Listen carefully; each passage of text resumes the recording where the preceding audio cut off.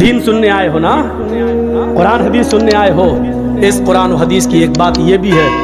اور گرہ باندھو، اِنَّا عَذَابًا یوم القیامت، اِنَّا اشد عذابًا یوم القیامت المصورون۔ یہ یاد کریے، اور جتنے لوگوں کے موبائل مولانا جرجیز کی طرف لگے ہوئے ہیں سنیں، ان اشد الناس عذابا یوم القیامت المصورون، قیامت کے دن سب سے سخت عذاب، سب سے خطرناک عذاب اس آدمی کو دیا جائے گا جو دنیا میں تصویریں کھینچتا ہوگا، جو دنیا میں سیلفیاں لیتا ہوگا، جو دنیا میں ایک اپنے موبائل سے، اپنے موبائل کے کیمروں سے کسی مولوی کی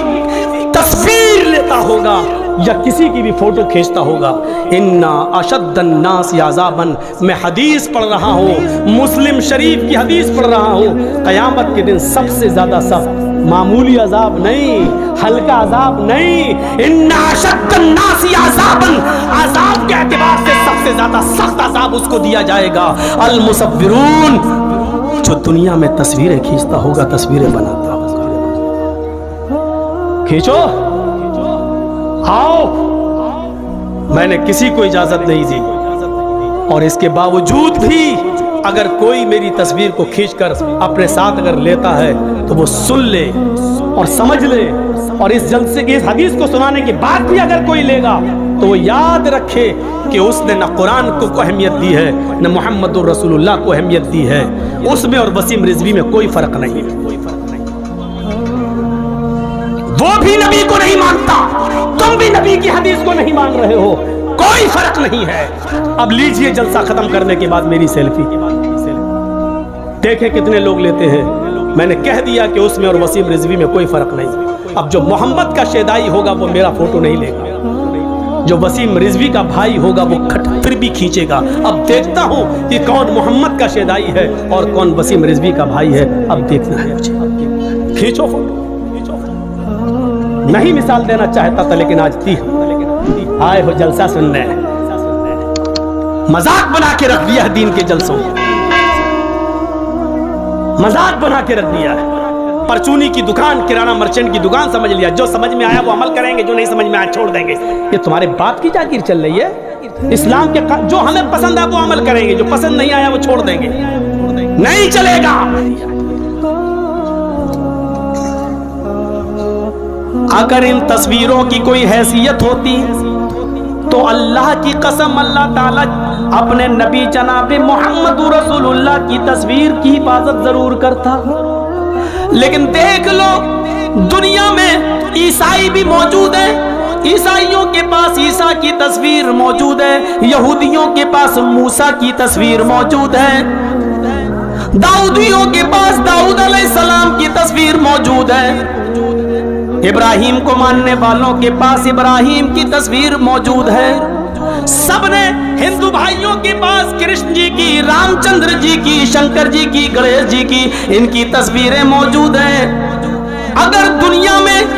کسی نبی کی تصویر موجود نہیں ہے تو وہ ہستی ہے جناب محمد رسول اللہ صلی اللہ علیہ وسلم کی، کیونکہ اگر آج نبی کی تصویر ہوتی تو کوئی آدمی نماز پڑھنے مسجد میں جاتا ہی نہیں، کوئی آدمی اللہ کے نبی کے روضہ اقدس پہ جاتا ہی نہیں، وہاں درود پڑھتا ہی نہیں، وہ اللہ کے نبی کی تصویر کو اپنے گھر لگا لیتا، وہ نبی کی تصویر پہ ہار یا مالا ڈال دیتا، یا تصویر کو اپنے گھر میں لگا کر 7 چکر اسی کے لگا کے کہہ دیتا کہ حج ہو گیا۔ میرے پیارے ساتھیوں، وہ نبی اکرم کی تصویر کو چھوٹے چھوٹے ٹکڑوں میں لے کر اس کا تعویذ بناتا، اس کو پہنتا، اور پھر نبی کا فوٹو اخباروں میں چھپتا، نبی کا فوٹو پیپروں میں آتا، اور اور کبھی اس کی کٹنگ ہوتی اور وہ پیروں کے نیچے روندا جاتا۔ اللہ تعالیٰ کو اپنے نبی کی یہ رسوائی اور بے عزتی گوارا نہ تھی میرے بھائیوں، اس لیے اللہ نے جناب محمد رسول اللہ کی کوئی تصویر دنیا میں باقی نہیں چھوڑی ہے،